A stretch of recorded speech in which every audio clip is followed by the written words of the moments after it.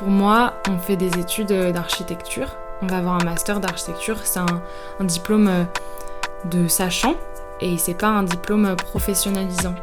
Je fais pas des études pour être architecte, je fais des études pour avoir un master en architecture comme des connaissances. Et ça me passionne.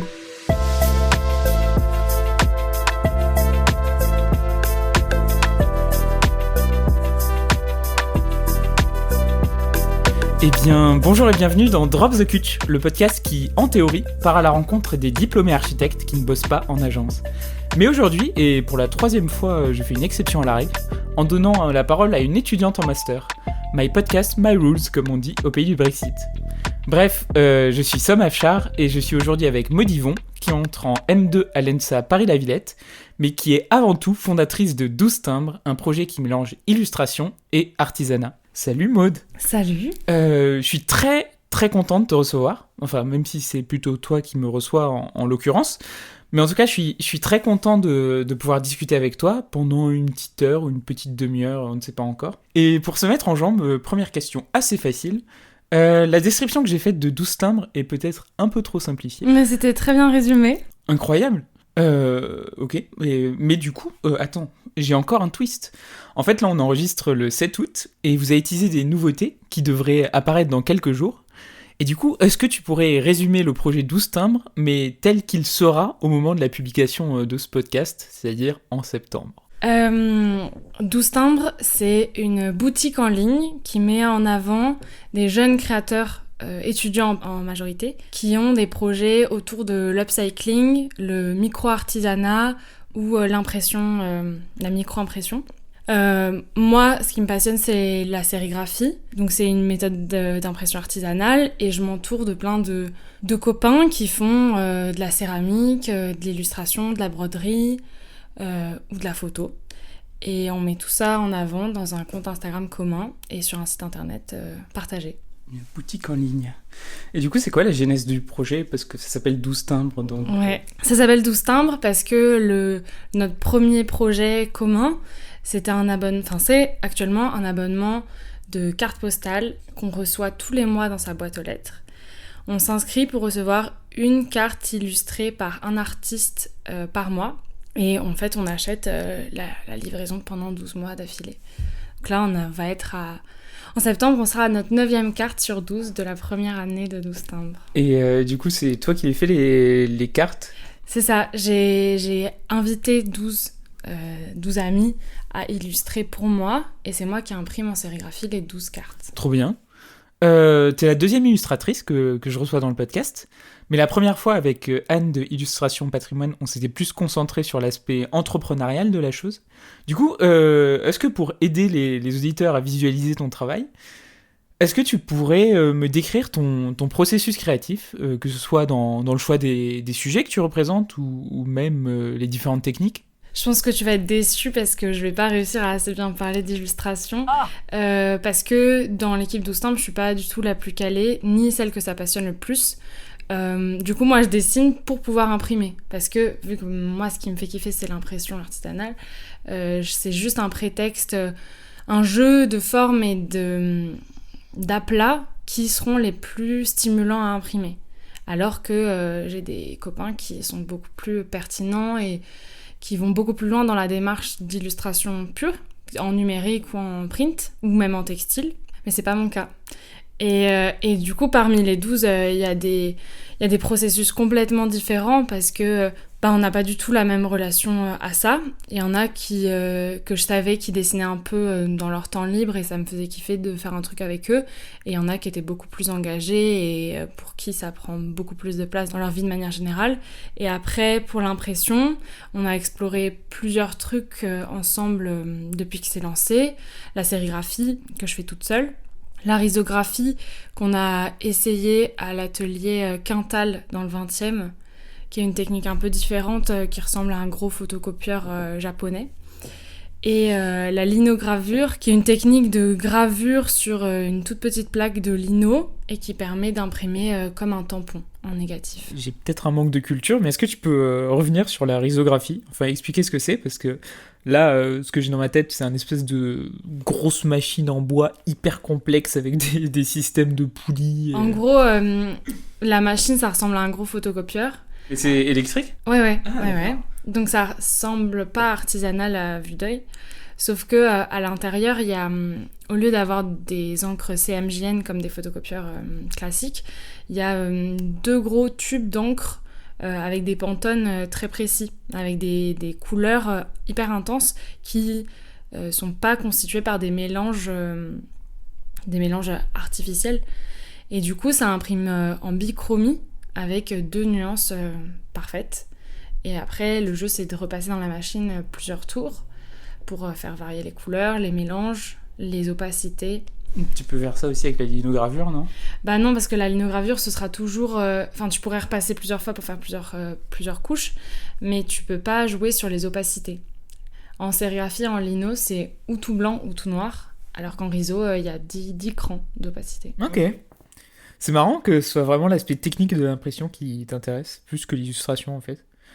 Et du coup, t'as découvert comment la sérigraphie t'avais des vues dessus depuis longtemps ou alors t'as découvert par hasard ? Je sais même plus.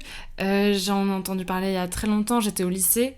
Entre la première et la terminale, j'ai fait un premier stage aux Beaux-Arts de Bruxelles de sérigraphie. C'était trop bien. Et après, quand tu rentres en archi, tu perds un peu certaines passions de vue. T'as plus trop le temps pour te consacrer à des activités autres.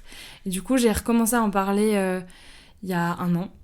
Et je me suis rapprochée d'ateliers à Paris juste pour pouvoir remettre la main à la pâte. Donc en fait, c'est d'abord la sérigraphie, puis 12 timbres, c'est arrivé en tant que prétexte pour faire des... C'est ça, vraiment, c'est un prétexte. Ah, je savais pas. Du coup, si on continue cette petite chronologie, tu t'es rapproché de cet atelier dans le 20e ? Dans le 14e. Ah, mais c'était pas le même atelier. Malin.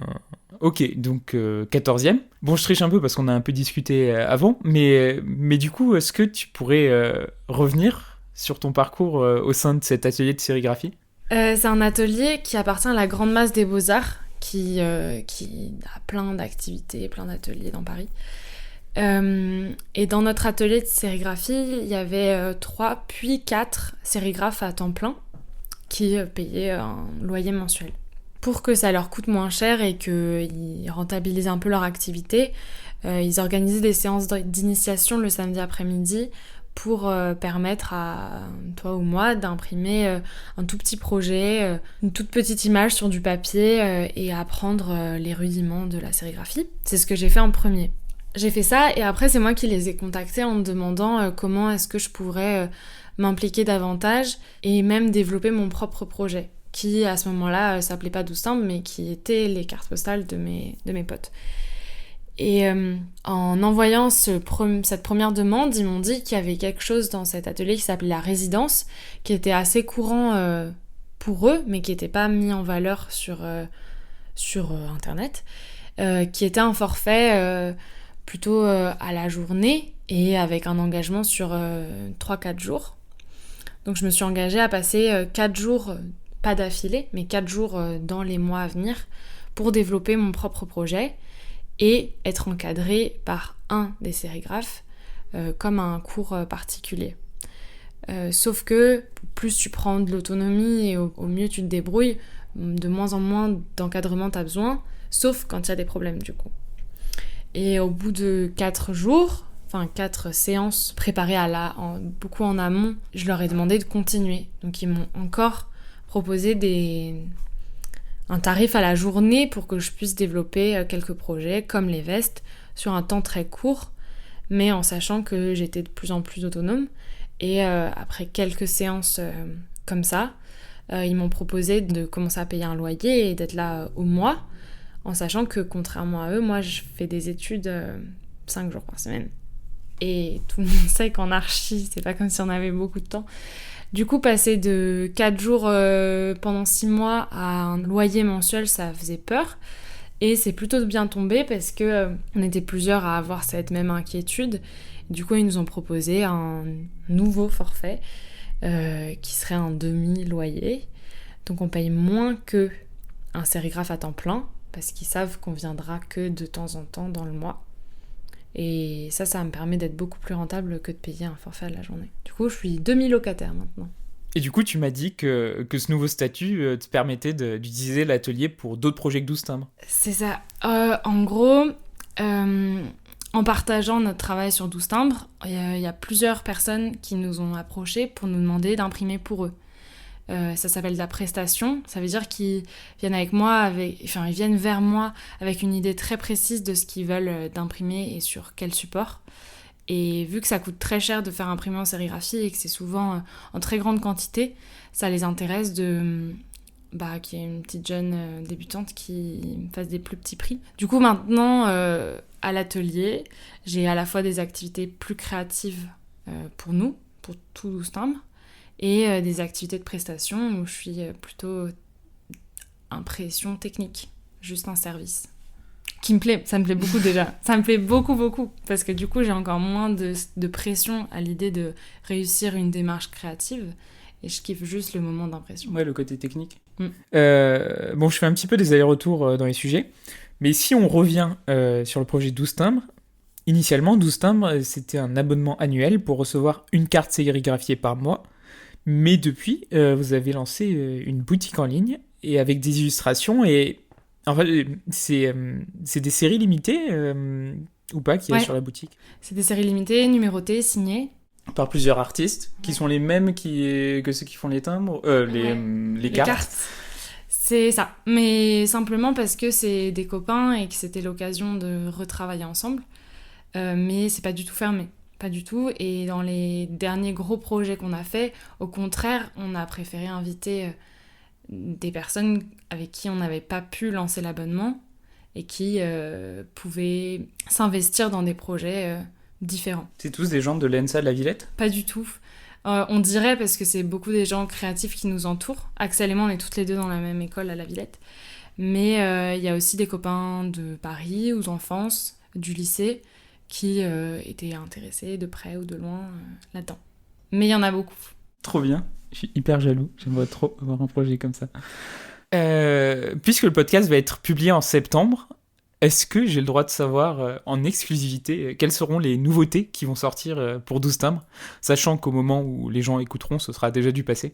Alors, les annonces qui seront déjà parues en septembre, c'est que demain, on sort une collection de poterie, donc de céramique, de 12 céramiques.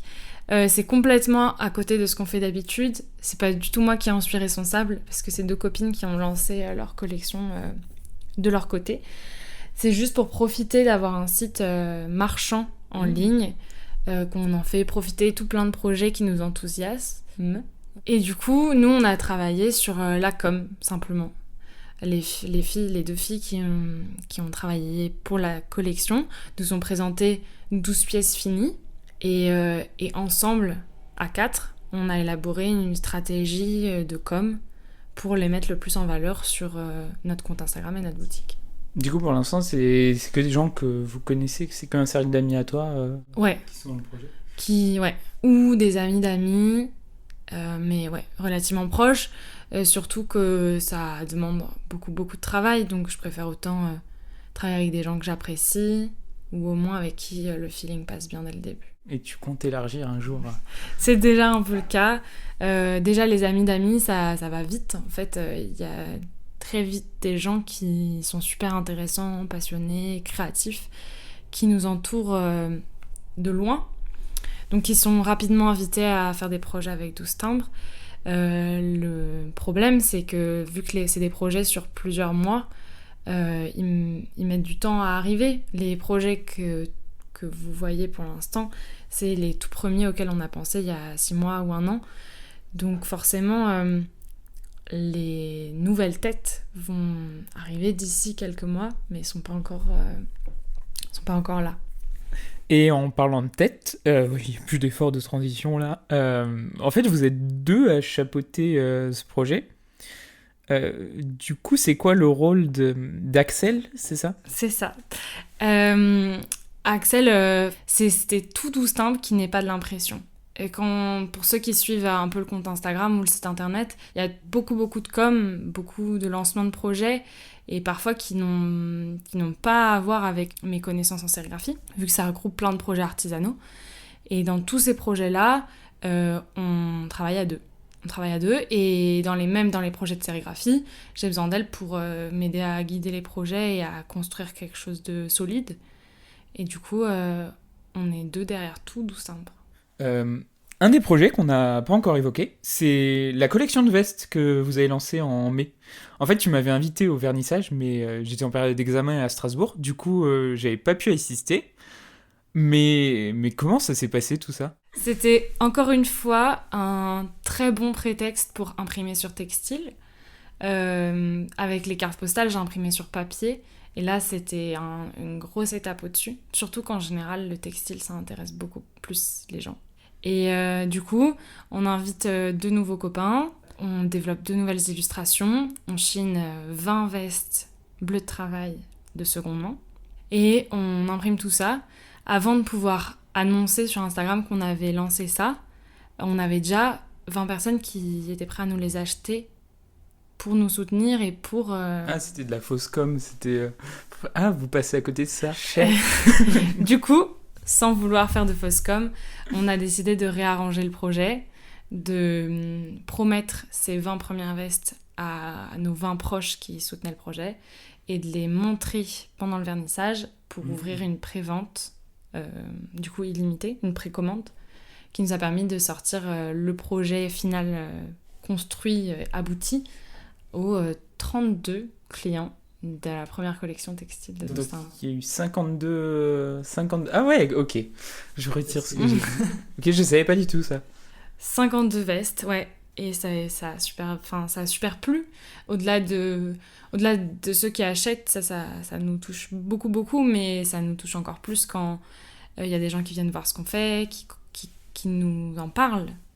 Et le retentissement que ça a eu était inattendu. C'est-à-dire que le fait qu'on en parle à l'école, que les familles, des illustrateurs, des copains lointains qui s'intéressent à ça, c'était touchant. C'était plus que ce qu'on aurait prévu. Et est-ce que t'as ce truc un petit peu d'ego, je sais pas comment dire, un peu d'ego de l'architecte, ou genre t'as ta création qui est... Parce que je sais que, bon là, en agence, j'ai dessiné des meubles en exé. Et donc là, vendredi, c'était mon dernier jour, et j'ai vu les meubles construits dans le truc. C'est la première fois que je vois un truc que j'ai dessiné construit. Est-ce que ça te fait ce truc de... Ça me fait ça, et je pense pouvoir que créateur. Ça le fait encore plus que l'archi, dans le sens où moi, c'est immédiat. En une après-midi, j'ai imprimé quelque chose, ça prend la forme d'un objet, c'est en une journée. Alors qu'un archi, il attend des années et des années avant d'avoir la satisfaction d'un projet fini. Et moi, c'est évident que c'est une question d'ego. Je fais ça pour l'ego. J'arrive à prendre du recul en imprimant les illustrations de d'autres gens, parce que du coup, j'ai l'impression d'avoir tellement de reconnaissance pour le travail créatif de quelqu'un d'autre que moi, je suis juste à mettre en valeur et à réaliser, mais c'est pas mon bébé, dans le sens où c'est pas moi qui ai illustré, c'est pas mon processus. Du coup, ça va, j'ai pas la double responsabilité, mais si, de faire naître un projet qui est un objet, c'est trop satisfaisant. Et quand en plus on te complimente sur la réussite d'un projet, c'est de trop. Et du coup, ça te donne envie d'être architecte plus tard, de faire une grosse tour à Dubaï? Pas trop, mais de toute façon, c'était pas parti pour. Je pense pas avoir la patience d'attendre qu'un de mes projets soit construit, justement dans cette satisfaction. Sur plusieurs années. Ouais, c'est ça. C'est beaucoup trop long. Et je pense que je me fatiguerais assez vite d'un projet. Enfin, trop vite par rapport à d'autres architectes ou futurs architectes. Du coup, tu vas pas être archi plus tard? Probablement pas, non. Mais tu planifies quand même d'être diplômée? Oui. En fait, pour moi, on fait des études d'architecture. On va avoir un master d'architecture. C'est un diplôme de sachant, et c'est pas un diplôme professionnalisant. Je fais pas des études pour être architecte, je fais des études pour avoir un master en architecture comme des connaissances. Et ça me passionne. Moi, ce qui m'intéresse pas, c'est d'être responsable d'un projet et d'un chantier. Mais parler d'architecture pendant 5 ans, c'est ce que je veux. Donc je pars pas. Trop cool d'avoir ce discours. Enfin, c'est cool. Il y en a d'autres qui vont se reconnaître. Et du coup, tu dois faire quoi plus tard ? Est-ce que tu sais ? Parce que c'est ça qui est marrant. D'habitude, j'interviewe des diplômés qui savent déjà ce qu'ils vont faire. Toi, tu pourras revenir dans 2 ans. Non, j'ai aucune idée. Je m'inquiète un peu de comment je peux gagner ma vie. Je sais comment occuper mon temps. Je sais pas comment ces activités elles peuvent payer un loyer. Donc je verrai. Comme je te comprends. Ça me permet de faire la pire transition de ce podcast, puisqu'on parle de galère. Il y a 2 semaines, quand on s'est vu, tu venais d'avoir un problème avec une commande de sweatshirt. Et du coup, tu me disais que c'est le genre de coulisses que tu souhaiterais progressivement partager un peu plus sur le compte Instagram de 12 timbres. Parce qu'un tel projet, évidemment, ça se déroule pas sans aucun accrochage. Et du coup, est-ce que tu veux en parler ? Je pense que... Encore nous, ça va. Je pense qu'on fait des efforts pour montrer non pas les coulisses listées, mais les vraies coulisses. Beaucoup de la réalité, mais jamais de la réalité badante et des complications. Et c'est normal parce qu'on veut toujours mettre en valeur nos projets, mais en même temps, plus ça va, plus j'ai envie de montrer les vraies galères, au moins pour que les gens se rendent compte du travail que ça demande, tout ce qu'on propose. Et dans ce cas-là, c'était des galères d'impression pour les prestations. Donc c'était pas trop lié à 12 timbres, mais c'était lié aux commandes qu'on m'avait fait en privé. Et en fait, toutes les techniques artisanales dont on parle, elles sont artisanales et faites à la main, à Paris, dans des petits locaux. On peut pas tout réussir. Et ça m'a fait un peu bader de ne pas y arriver. Surtout quand dans ce cas-là, c'était pas pour moi et c'était une commande pour quelqu'un d'autre qui s'attendait pas forcément à des ratures. Ouais, mais en même temps, il y avait un truc positif, c'était qu'à la base, tu m'avais dit que tu étais accompagnée dans l'atelier de sérigraphie, et là, pour la première fois, tu étais en autonomie, donc tu avais un petit peu step up dans le game, comme disent les jeunes. Et du coup, il y a cet aspect cool quand même, t'es en train d'évoluer, donc tu rates, mais en même temps, c'est la première fois que tu rates toute seule. C'est ça. C'était super stimulant de rater toute seule pour la première fois. Et si j'avais continué à être accompagnée, j'aurais pas raté. Si j'avais continué à avoir un soutien d'un encadrant, j'aurais pas fait autant d'erreurs. Donc forcément, c'était super valorisant. Là où j'ai été trop vite, c'est que cette première fois-là et ce moment-là, au lieu d'être dans l'expérimentation pure et dans l'apprentissage, je m'étais mis une pression supplémentaire qui était de satisfaire quelqu'un qui me payait pour un service et qui attendait des résultats. Et du coup, ça, c'était trop. Le fait de faire des erreurs, ça, c'était normal. Le fait que ça implique quelqu'un d'autre, c'était... Ça t'aurait moins gêné de faire des erreurs sur 12 timbres ? Ouais, beaucoup moins. Les gens qui nous suivent, ils savent, on en parle souvent, on montre les ratures. Pendant les premiers mois de 12 timbres, on distribuait, on faisait gagner en concours les cartes postales qui étaient ratées, parce que déjà pour nous, ça n'avait pas d'intérêt de les jeter, mais si ça permettait à quelqu'un d'en bénéficier et d'avoir une petite trace d'un travail artisanal, c'était tant mieux. Donc pas au prix coûtant, enfin pas au prix de base, mais à un prix moins important ou en cadeau. On distribuait nos ratures. Du coup, on met en valeur tellement l'erreur que j'aurais eu beaucoup moins de mal à en parler. Mais j'ai aussi raté des vestes et ça nous a mis un peu dans la merde aussi. Et du coup, j'ai des copines qui ont des vestes un peu ratées. Ça va, c'était pas dans les 39 supplémentaires ? Si, mais du coup, je les ai données à des gens plus proches que pas des inconnus. Qui comprennent, du coup. Ah ouais. Ouais, donc pour le moment, il y a zéro marge de ratage, quoi. Vous pouvez pas vous le permettre. Et d'ailleurs, si c'est pas indiscret, je me demandais, d'un point de vue financier, comment ça se passe. Non, c'est pas indiscret. Parce que vous avez des choses à payer, donc le forfait de l'atelier, les cartes, etc. Et du coup, est-ce que vous arrivez à être à l'équilibre ou même à vous mettre une réserve de côté pour des futurs projets ? Ouais, le but, c'est de mettre de côté pour des futurs projets. Du coup, on est toujours à l'équilibre par rapport à nos dépenses. Ce qui est déjà bien. Ouais, et c'est pour ça qu'on fait des précommandes pour produire que ce qu'on peut se payer. C'est pour ça qu'on prend relativement peu de risques quand on développe quelque chose. Donc on met beaucoup de côté pour relancer des projets. Pour l'instant, Axel et moi, on n'a jamais été payés et on n'a toujours pas récupéré notre premier investissement où on avait mis un peu de sous de côté. C'est le but, mais c'est pas assez urgent pour empêcher des projets de naître. Donc le but là, c'est juste de pas perdre de sous. Et ça marche pour l'instant. Et vous arrivez à rémunérer un petit peu les artistes ou pas ? Ou ils font tous, tout le monde est bénévole parce que le projet est cool et pour cet ego trip d'avoir ces trucs réalisés. C'est un peu entre les deux.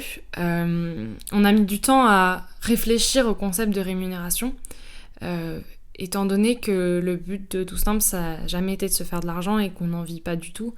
Ce serait étonnant que nos artistes ils aient de l'argent, mais la rémunération, c'est pas forcément de l'argent. La première fois qu'on a rémunéré nos artistes, entre guillemets, c'est qu'on a dépensé nos bénéfices de l'abonnement pour organiser une séance de linogravure commune. Donc on s'est retrouvés à 10 à produire pendant une journée des impressions, des illustrations, des affiches qui étaient payées grâce aux bénéfices de l'abonnement.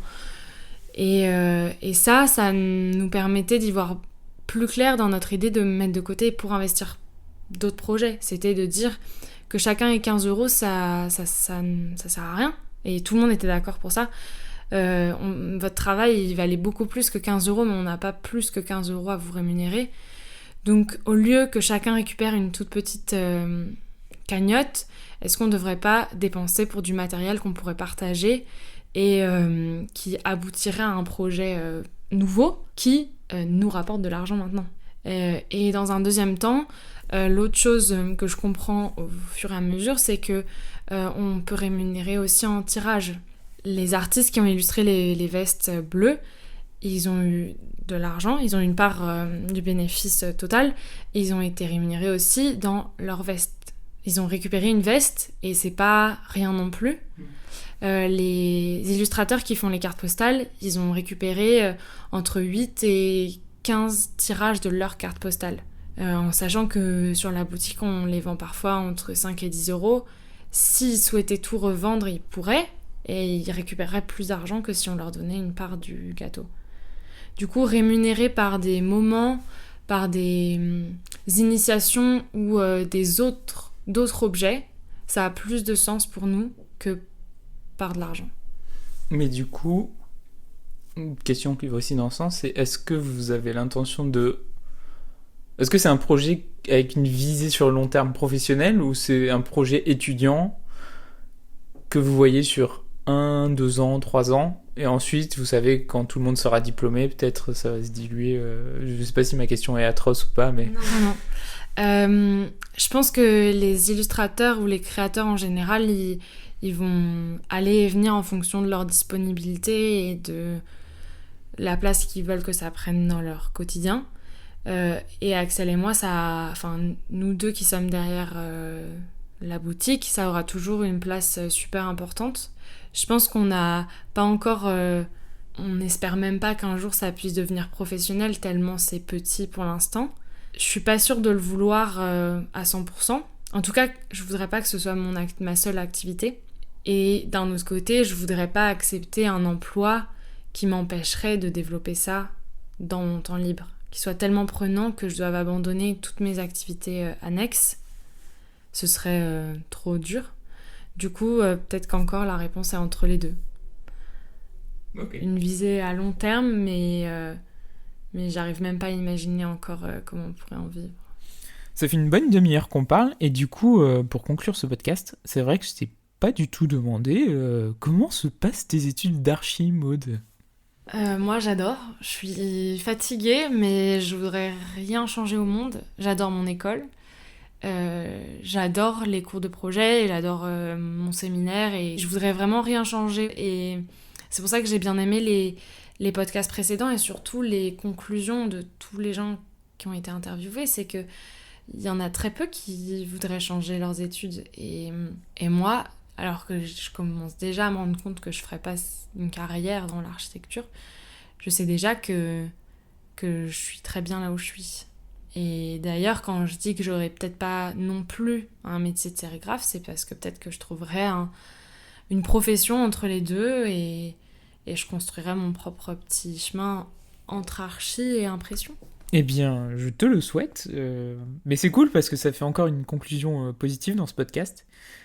Et c'est vrai que comme j'interviewe des gens qui sont globalement épanouis, la plupart ne regrettent pas leur parcours en fait.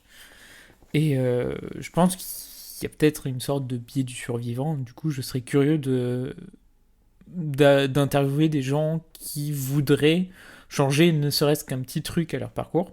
Mais en tout cas, je suis content de finir sur une note d'espoir et de positivité comme ça. Et voilà. Merci beaucoup d'avoir accepté cette invitation, Maud. On peut retrouver votre compte Instagram 12 timbres, sur lequel vous êtes de très bons influenceurs d'ailleurs. Je sais pas si on peut en parler de ça, mais est-ce que tu veux dire des mots sur votre capacité d'influenceur ? On donne à fond. C'est tellement de travail. Je pense que personne se rend compte à quel point ça demande du temps de préparer des stories. C'est beaucoup de taf. Alors je suis contente quand les gens s'en rendent compte. Et vous avez un compte Instagram géré parfaitement. C'est incroyable. Je suis jaloux. Bref, merci beaucoup Maud. Abonnez-vous à 12 timbres et abonnez-vous à l'abonnement. Est-ce que le demi-abonnement est toujours disponible ou non ? Non, le demi-abonnement non, mais rendez-vous à Noël pour vous abonner pendant 2022. Ou alors un nouveau projet secret en septembre. Tout plein de projets qui arrivent. Parfait, merci beaucoup. Merci à toi. Et comme d'habitude, merci à toi d'avoir écouté cet épisode jusqu'au bout. Tu peux nous retrouver sur Instagram @agritect où Louise Gonemery dessine le portrait de chaque invité. Et on commence à avoir une petite collection qui vaut le détour, donc va donc voir. Et merci aussi à Simon Tsika et Darius Afshar pour la musique de générique. Et quant à moi, je tiens à vous présenter mes excuses pour le délai de publication. Je suis actuellement en Erasmus à l'EPFL, qui est une école incroyable. Et donc je mets un petit peu le podcast au second plan jusqu'en février. Allez, à bientôt. Oui, c'est toi qui raccroches.